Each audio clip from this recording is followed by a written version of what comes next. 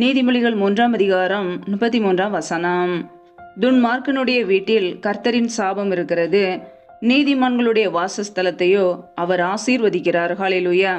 கிறிஸ்துவுக்குள் பிரியமானவர்களே, கர்த்தருடைய வார்த்தை சொல்லுகிறது, துன்மார்க்கனுடைய வீட்டில் கர்த்தரின் சாபம் இருக்கிறது, நீதிமான்களுடைய வாசஸ்தலத்தையோ அவர் ஆசீர்வதிக்கிறார் என்று வேத வசனம் கூறுகிறது.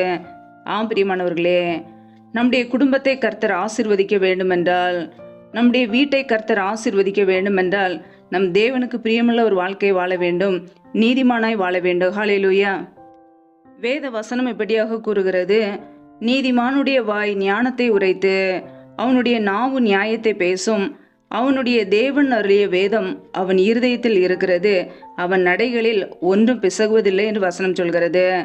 ஆம் பிரியமானவர்களே, நீதிமானுடைய இருதயத்திலே தேவன் அருளிய வேதம் இருக்கும் என்று வசனம் சொல்கிறது. இன்றைக்கு நம்முடைய வாழ்க்கையிலே கர்த்தருடைய வார்த்தைகள் நம்முடைய இருதயத்திலே இருக்கிறதா? வேத வசனத்தின்படி நாம் வாழ்கிறோமா? நீதிமான்களாய் வாழ்கிறோமா? நம்மை நாமே ஆராய்ந்து பார்க்க வேண்டும். நம்முடைய குடும்பம் ஆசீர்வதிக்கப்பட வேண்டும் என்றால் நம் நீதிமான்களாய் இருக்க வேண்டும். நீதிமான்களுடைய வாசஸ்தலத்தையோ கர்த்தர் ஆசீர்வதிக்கிறார். ஆம் பிரியமானவர்களே, எப்பொழுது நம்முடைய வாழ்க்கையிலே இயேசு கிறிஸ்துவை ஏற்றுக்கொண்டோமோ, விசுவாசத்தினாலே நம் நீதிமான்களாக்கப்பட்டு இருக்கிறோம். இயேசு கிறிஸ்துவை ஏற்றுக்கொண்ட நாம் அவருடைய வார்த்தைகளை ஏற்றுக்கொண்டு அதற்கு கீழ்ப்படுகிறோமா? வேத வசனங்களுக்கு கீழ்ப்படியும் போது கர்த்தர் நம்முடைய குடும்பத்தை ஆசீர்வதிப்பார். ஹல்லேலூயா.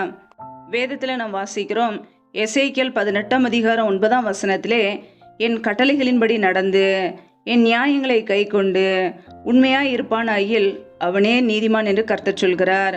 ஆம் பிரியமானவர்களே, கர்த்தருடைய வார்த்தைகளின்படி நடக்கிறோமா? அவருடைய கட்டளைகளின்படி வாழ்கிறோமா? அவருடைய நியாயங்களை கை கொள்கிறோமா? உண்மையாக இருக்கிறோமா? நம்முடைய வாழ்க்கையிலே இயேசு கிறிஸ்துவின் இரத்தத்தினால் கழுவப்பட்டு நம் நீதிமான்களாய் அவருடைய வார்த்தைகளுக்கு கீழ்ப்படிந்து உண்மையாய் வாழும்போது கர்த்தர் நம்முடைய குடும்பத்தை ஆசீர்வதிப்பார். ஹல்லேலூயா. நீதிமான்களுடைய வாசஸ்தலத்தையோ கர்த்தர் ஆசீர்வதிக்கிறார்.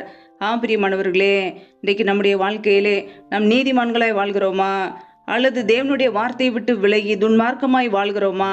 நம்மை நாமே ஆராய்ந்து பார்க்க வேண்டும். ஹல்லேலூயா. வேதத்தில் நாம் வாசிக்கிறோம், உமது வேதத்தை விட்டு விலகுகிற துன்மார்க்கர் என்று சங்கீதத்தில் நாம் வாசிக்கிறோம். ஆம் பிரியமானவர்களே, வேதத்தை விட்டு விலகுகிற ஜனங்கள் துன்மார்க்கர். நம்முடைய வாழ்க்கையிலே வேதத்தை விட்டு விலகி வாழ்கிறோமா, அல்லது வேத வசனத்துக்கு கீழ்ப்படிந்து நீதிமான்களை வாழ்கிறோமா?